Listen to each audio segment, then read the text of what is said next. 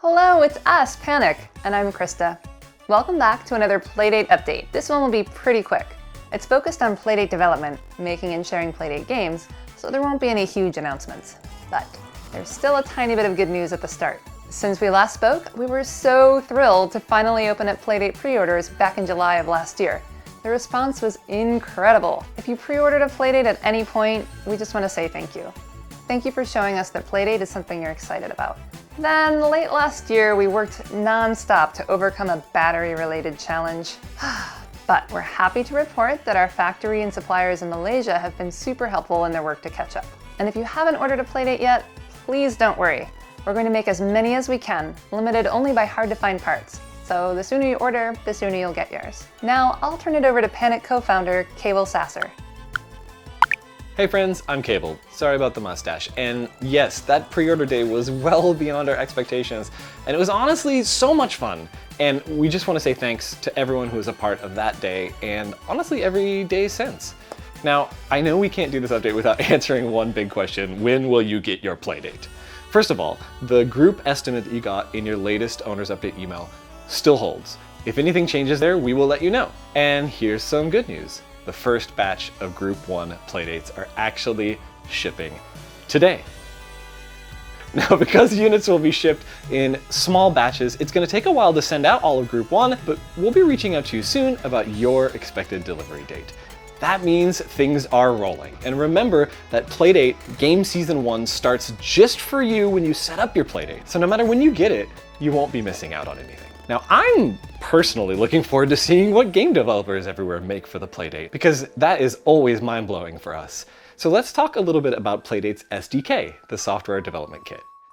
If you didn't hear, we recently released the SDK for free, and it's a feature-packed code-level development environment for Mac, Linux, and PC. This is for people who already know their way around game development a little bit, but it's still as friendly and welcoming as we could make it. The SDK has APIs for Lua, which is a cleaner, less overwhelming scripting language, or C, which is a classic lower-level procedural programming language. It's better for performance. It includes the Playdate Simulator, which is an app for your Mac, PC, or Linux box that lets you preview your game on your computer as you develop it. A tool called Caps for making fonts, tons of documentation, example code, sample projects. There's even a developer forum where you can ask questions and share work with other developers. So that's the Playdate SDK, and I would love for you to check it out if you have even the slightest interest in making things for the Playdate. It's free to download and use, and it's available at play.date/dev. Now, the best thing about making Playdate games, in my opinion, is that you can sideload those games directly onto your system and play them without going through us. So here's a bit more news. Since we know that developers are going to want to sell their games and people are going to want to buy them, so we've started work on Catalog, a brand new Playdate app where you'll be able to easily buy curated games directly on your Playdate, or find some amazing games being sold elsewhere. We'll keep you posted about Catalog when we have something more to talk about there. And finally, wouldn't it be great if you could mirror your Playdate screen to your computer screen in real time? Maybe you want to stream your Playdate to Twitch, or use a keyboard or adaptive controllers to control the Playdate more accessibly. Or maybe you just want a giant screen for your Playdate, and that's why we created the free Playdate Mirror tool for Mac, PC, and Linux. Plug in your Playdate to your computer, and Mirror will automatically reflect whatever's happening on screen. You can keep using your Playdate's controls or use your computer keyboard. We made a quick little tutorial video about Playdate Mirror, and the link is in the description below. And like Arissa mentioned in our first Playdate update, our goal is that everyone can make a game for the Playdate, which is why we recently released Playdate Pulp, a browser-based game-making tool. It's totally blown us away. It's super energizing, and so we wanted to bring Pulp creator Shaun Inman here to tell you a little bit more about it. Here's Shaun. Nice to see you. Hey everyone, I'm Shaun, the developer behind Playdate Pulp, which is free to use and available now. Many of us at Panic were really impressed by Bitsy, a browser-based game maker with cool limitations created by Adam Ledoux.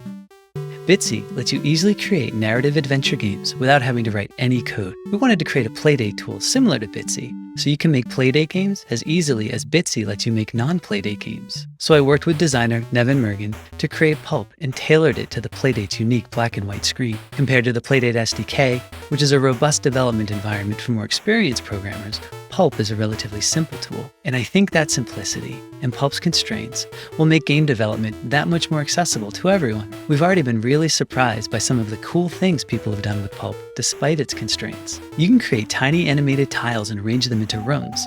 Rooms can be connected into a world where the player can talk with sprites and collect items, all without any programming.